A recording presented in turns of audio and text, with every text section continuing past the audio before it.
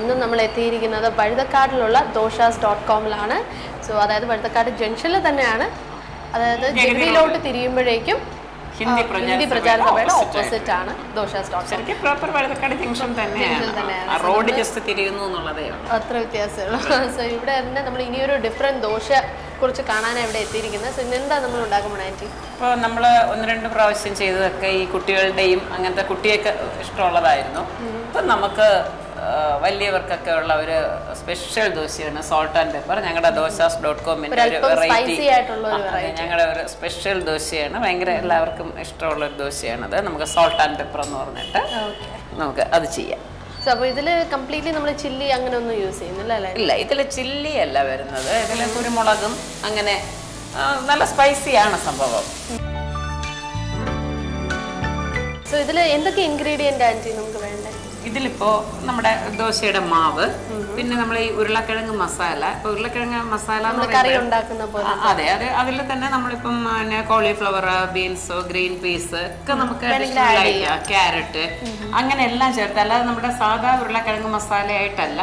അപ്പം നമുക്ക് അതിൽ ഇതുപോലെ എന്തെങ്കിലുമൊക്കെ ഗ്രീൻ പീസും കോളിഫ്ലവറും മല്ലിയില, പുതിനയില ഒക്കെ ചേർത്തിട്ടുള്ള മസാലയാണെങ്കിൽ കുറച്ചുകൂടി നല്ല ടേസ്റ്റ് ആയിരിക്കും. കാരണം ഞങ്ങളുടെ ദോശ എന്ന് പറയുമ്പോൾ ഞങ്ങൾ ദോശയിൽ ഈ മസാല ഫുള്ളായിട്ട് അങ്ങ് സ്പ്രെഡ് ചെയ്യും.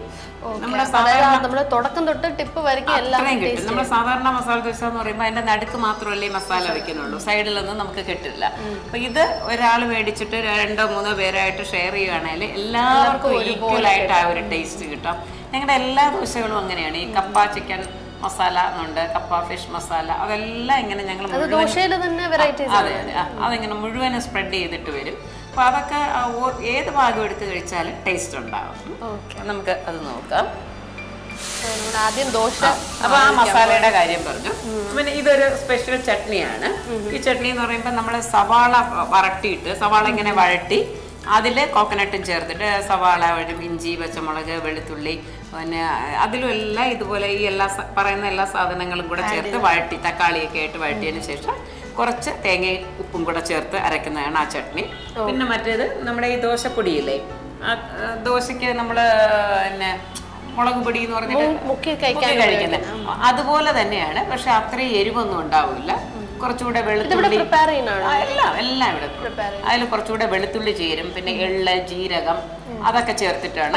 വീട്ടിൽ ഉണ്ടാക്കാൻ പറ്റുന്ന ഒന്നാണ് ഈ ഒരു പൊടി. എല്ലാ സാധനങ്ങളും ഉണ്ടാക്കാം. പിന്നെ നമ്മുടെ ആ ടേസ്റ്റ് നമുക്കിപ്പോൾ ഏതൊക്കെ ചേർന്ന് വരുമ്പോൾ ചിക്കനില് പുളി ചേരില്ല, ഇപ്പൊ മീനില് പുളി ചേർന്നേ പറ്റുള്ളൂ അല്ലെ. മീൻകറി വെക്കുമ്പോൾ പുളി അതിന് ചേരും.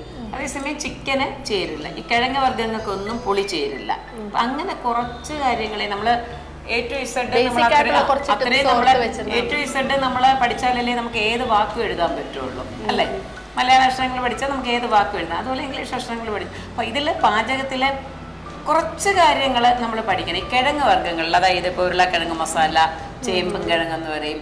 അപ്പൊ അങ്ങനത്തെ സാധനങ്ങളിൽ പുളി ചേരില്ല.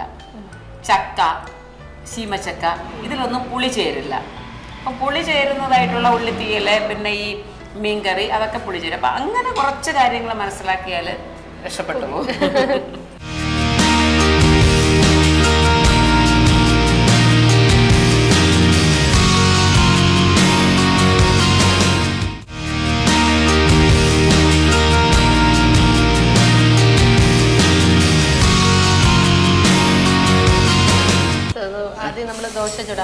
എന്നിട്ട് ചെറുതായിട്ടൊന്ന്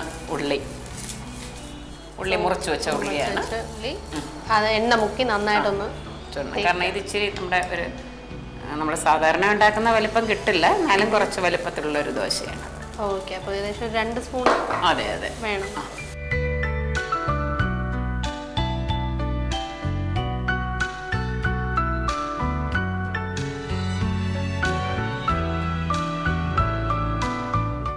ദോശയിൽ തന്നെ നമ്മൾ ഈ ഒരു എക്സാക്റ്റ് ആയിട്ടുള്ള ഒരു അളവിൽ ഫുള്ള് ചുറ്റി എടുക്കാൻ പറ്റുന്നതിന് ഒരു പ്രാക്ടീസ് ആണല്ലേ.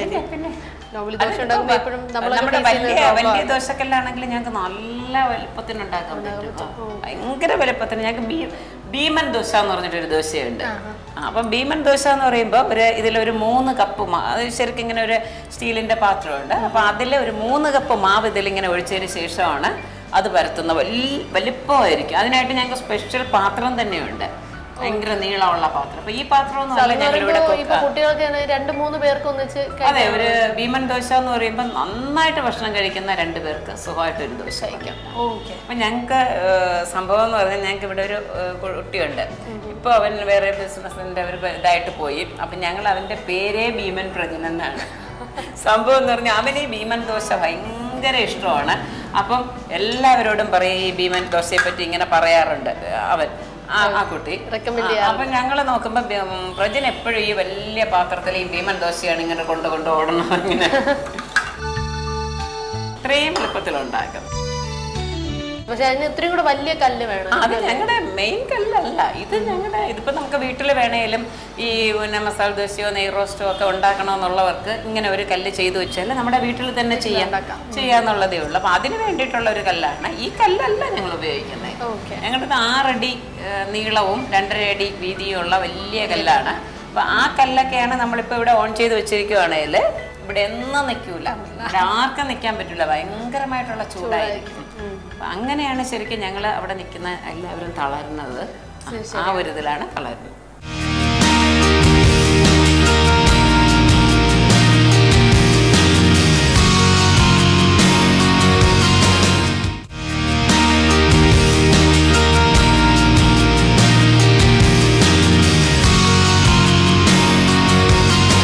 അപ്പൊ ഇതിങ്ങനെ ചെറുതായിട്ടൊന്ന് റെഡിയായി വരുമ്പോൾ ഈ ചട്നി ഫുൾ ലെന്തിനും നമ്മളങ്ങ് സ്പ്രെഡ് ചെയ്യും അല്ലേ?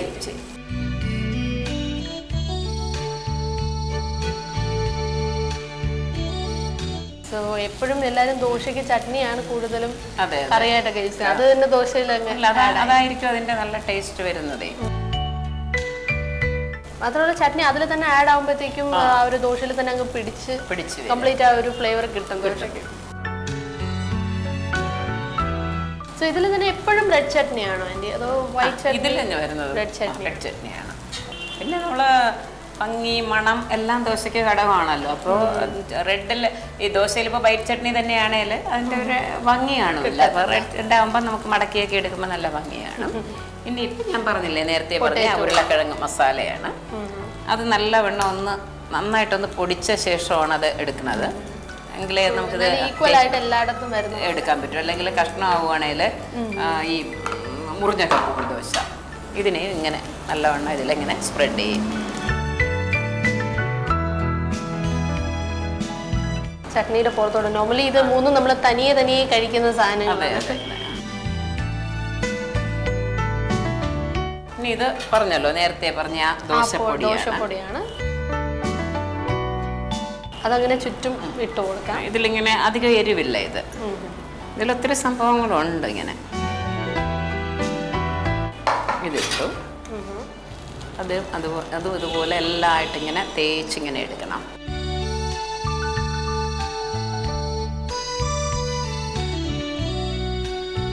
ഇനിയിപ്പോൾ ഇതിൽ നമ്മൾ 2 മുട്ട ചേർക്കാൻ പോവാണ്. ഓക്കെ.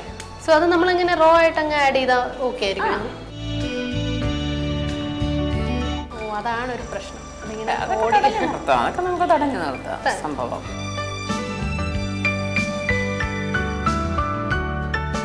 ഇതൊക്കെ ഒരു രസമാണത്. ആശം വരും നമ്മളിങ്ങനെ തടഞ്ഞു നിർത്തും.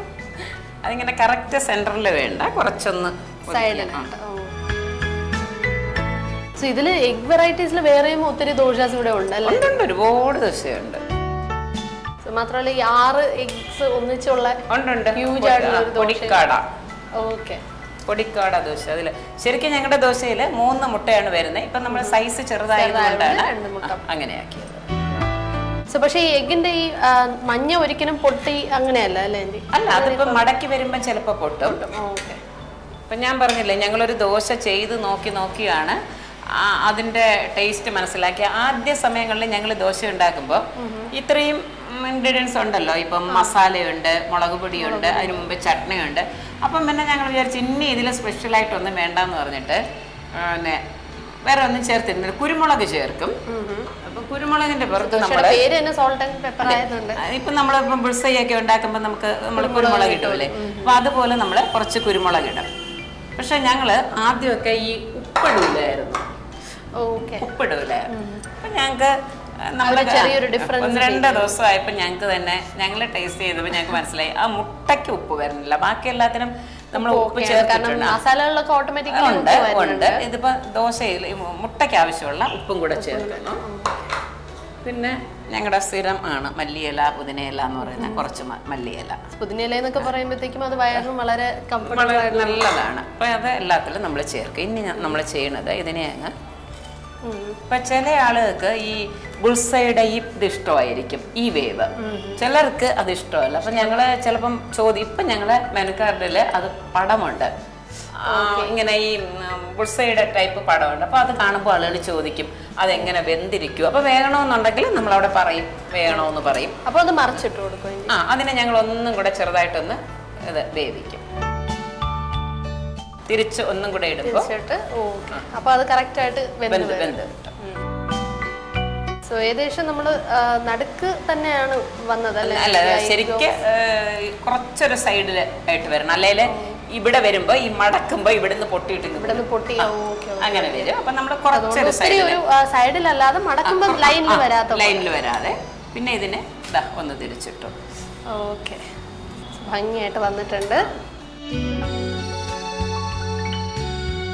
ഇതൊന്ന് വെന്ത് കിട്ടാൻ വേണ്ടിയിട്ടാണ് നമ്മള് നല്ല ഭംഗിയായിട്ടിരിക്കുക ദോശ. കറക്റ്റ് ഒരു സെമി സർക്കിൾ പോലെ. അത് ശരിക്കും വലിയ കല്ലിൽ വരുമ്പം നല്ല നീളമുള്ള ദോശയാണ്. ഞങ്ങളുടെ മെയിൻ കുക്ക് പരത്തുമ്പോ നല്ല ഇങ്ങനെ നല്ല ഷേപ്പ് അങ്ങനെ പരത്തിയെടുക്കാം. സോ ഇതേപോലെ തന്നെ ഓൾമോസ്റ്റ് എഗ് ആഡ് ചെയ്യുന്നതും ആഡ് ചെയ്യാതെയും ദോശകൾ കൊടുക്കാറുണ്ടോ ആന്റി? ഒരുപാട് ദോശയുണ്ട് എഗ് ആഡ് ചെയ്യാത്തത്. അല്ല, ഇപ്പൊ ഇന്നൊരു ടൈപ്പ് ദോശയാണ്, പക്ഷെ അതിൽ എഗ് ആഡ് ചെയ്ത് വേണം എന്ന് ചോദിക്കുന്നവരുണ്ടോ? ഇതല്ലെങ്കിൽ ഇതേ ടേസ്റ്റിൽ നമുക്ക് മസാല ദോശയോ അങ്ങനെയൊക്കെ കൊടുക്കാമല്ലോ. സോ അത് എഗ് ചേർന്നേ പറ്റൂ എന്ന് മാൻഡേറ്ററി അല്ല. ഇല്ല, അങ്ങനെയില്ല. സോൾട്ട് ആൻഡ് പെപ്പറിന് നമുക്ക് എഗ് ചേർന്നിട്ടേ പറ്റുള്ളൂ. ഇതാണ് ഞങ്ങളുടെ സോൾട്ട് ആൻഡ് പെപ്പർ റെഡി ആയിട്ടുണ്ട്.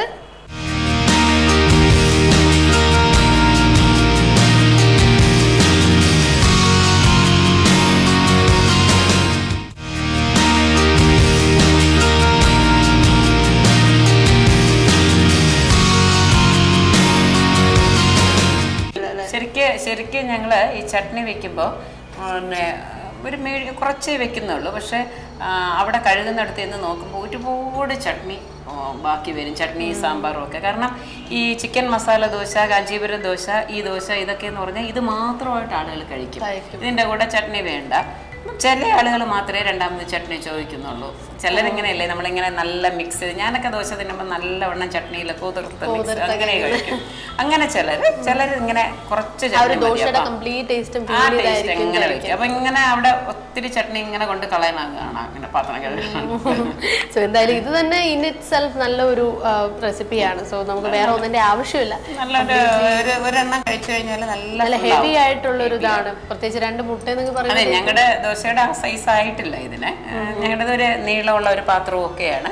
അപ്പൊ അതിൽ ഒത്ത നീളത്തിന് വരും. അതിൽ 3 മുട്ടയുമാണ് വരുന്നത്. ഇപ്പൊ നമ്മള് ചെറിയ കല്ലിൽ ചെയ്തതുകൊണ്ടാണ് വലിപ്പം കുറച്ച് 2 മുട്ട. 3 മുട്ട എന്നൊക്കെ പറയുമ്പോഴത്തേക്ക് ഒരാൾക്ക് വേറെ ഒന്നും ആവശ്യമില്ല. ഒരു നേരത്തെ കംപ്ലീറ്റ്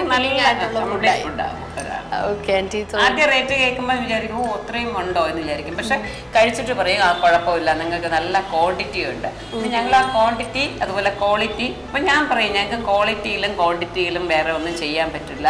അപ്പൊ അതുകൊണ്ടാണ് ഞങ്ങളുടെ റേറ്റ് എങ്ങനെ വരുന്നതെന്ന് ഞാൻ പറയും. അല്ലേ നമുക്ക് ശരിയാവുള്ളൂ. അപ്പൊ എല്ലാം നല്ല സാധനങ്ങളാണ് നമ്മൾ ചേർക്കുന്നത്. ഓക്കെ ആൻറ്റി, സോ വളരെ ഡിഫറെൻ്റ് ആയിട്ടുള്ള ഒരു വെറൈറ്റിയാണ് ജയശ്രീ ആൻറ്റി നമുക്ക് ഉണ്ടാക്കി തന്നിരിക്കുന്നത്. Thanks a lot aunty. ഇനിയൊരു വെറൈറ്റി ദോശയായിട്ട് കാണുന്നവരിക്കും എല്ലാവരും take care, have fun. This is Sharan signing of.